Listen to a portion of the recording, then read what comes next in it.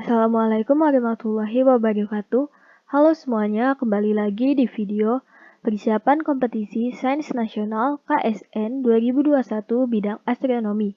Nah, pada video kali ini saya akan membahas mengenai kosmologi modern.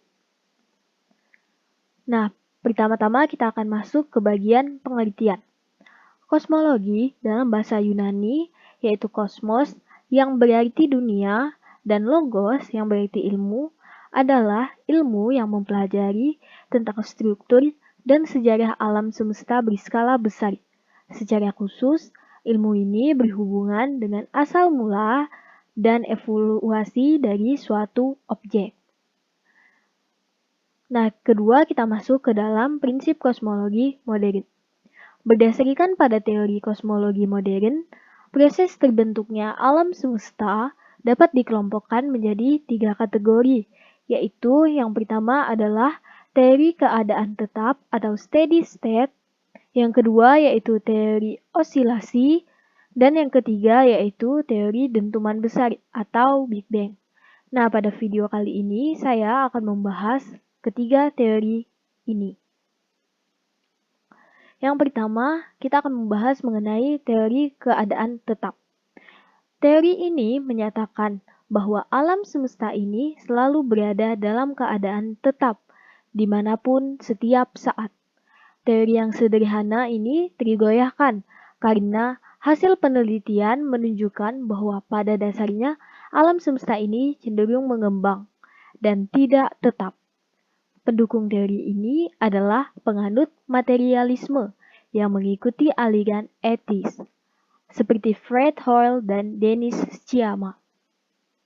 Fred Hoyle berpendapat bahwa semua ledakan yang ada bersifat menghancurkan, sehingga apabila Big Bang benar-benar terjadi, maka alam semesta ini tidak mungkin dapat disusun rapi. Tetapi Big Bang menunjukkan hal yang berkebalikan, yaitu materi dapat saling bergabung dan membentuk galaksi-galaksi. Dennis Sciama tidak mengatakan bahwa teori ini benar, tetapi ia berharap teori inilah yang benar. Pada akhirnya, setelah bukti-bukti akan keberadaan Big Bang terkumpul, ia memutuskan untuk membuang teori ini.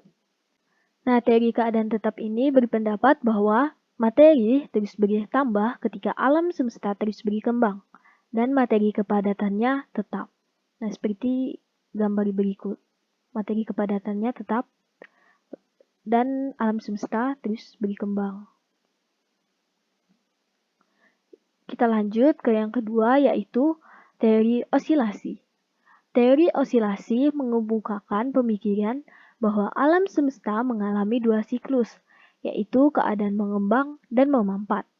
Satu siklusnya diperkirakan akan berlangsung selama 30 miliar tahun. Ketika siklus mengembang yang disebabkan oleh adanya reaksi inti hidrogen, terciptalah galaksi-galaksi.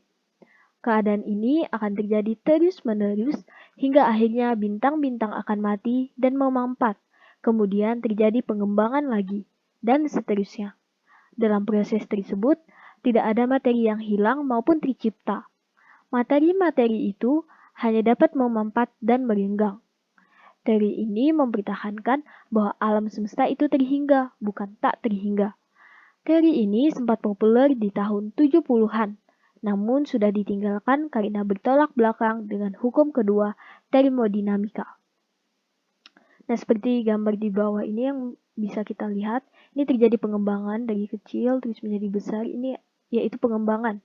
Lalu ia mengalami penyusutan oleh gravitasi dari besar menjadi kecil sampai sangat mampat. Lalu terjadi lagi pengembangan dan penyusutan. Lalu kita lanjut ke yang ketiga, yaitu teori dentuman besar atau Big Bang. Nah, teori ini menyatakan bahwa seluruh materi dan energi dalam alam semesta ini pernah menyatu membentuk sebuah bola raksasa. Bola raksasa ini kemudian meledak dan seluruh materi mengembang karena energi ledakan yang sangat besar. Ledakan inilah yang kemudian kita sebut sebagai Big Bang. Sampai saat ini, alam semesta masih memuai dengan kecepatan lebih lambat dibanding saat setelah Big Bang terjadi. Menurut George Gamow, setelah Big Bang terjadi, seharusnya masih dapat ditemukan sisa radiasi ledakan itu, dan radiasi ini harus tersebar merata di alam semesta. Lalu, pada tahun 1965, tanpa sengaja radiasi itu ditemukan oleh Robert Penzias dan Robert Nilsson. Radiasi itu tidak berasal dari satu titik, tetapi tersebar merata seperti yang telah disebutkan oleh George Gamow. Radiasi ini dipercaya sebagai sisa Big Bang. Nah, Big Bang terjadi melalui beberapa tahapan, yaitu yang pertama, setelah terjadinya Big Bang, alam semesta mengembang dengan cepat sampai berukuran kira-kira 2000 kali matahari. Lalu yang kedua yaitu sebelum berusia 1 detik, semua partikel sudah berada dalam keadaan setimbang. Dan 1 detik setelah Big Bang, alam semesta membentuk partikel-partikel dasar, yaitu proton, elektron, neutron, dan neutrino pada suhu 10 miliar Kelvin.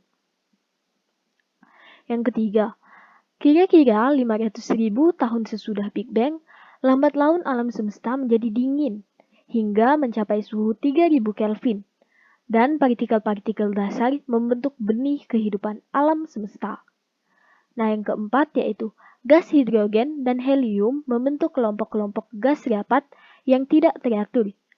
Dalam kelompok tersebut mulai terbentuk protogalaksi. Yang kelima, antara 1 sampai 2 miliar tahun setelah Big Bang, protogalaksi melahirkan bintang yang lambat laun berubah menjadi raksasa merah dan supernova, yang merupakan awal terciptanya bintang-bintang baru dan galaksi. Dan yang terakhir, yaitu salah satu dari miliaran galaksi yang terbentuk adalah galaksi Bima Sakti, di mana tata surya kita berada dengan matahari sebagai bintang yang terdekat dengan bumi. Nah, teori Big Bang ini kira-kira seperti gambar di bawah ini.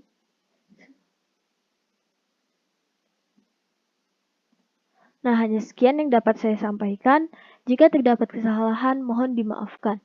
Wassalamualaikum warahmatullahi wabarakatuh.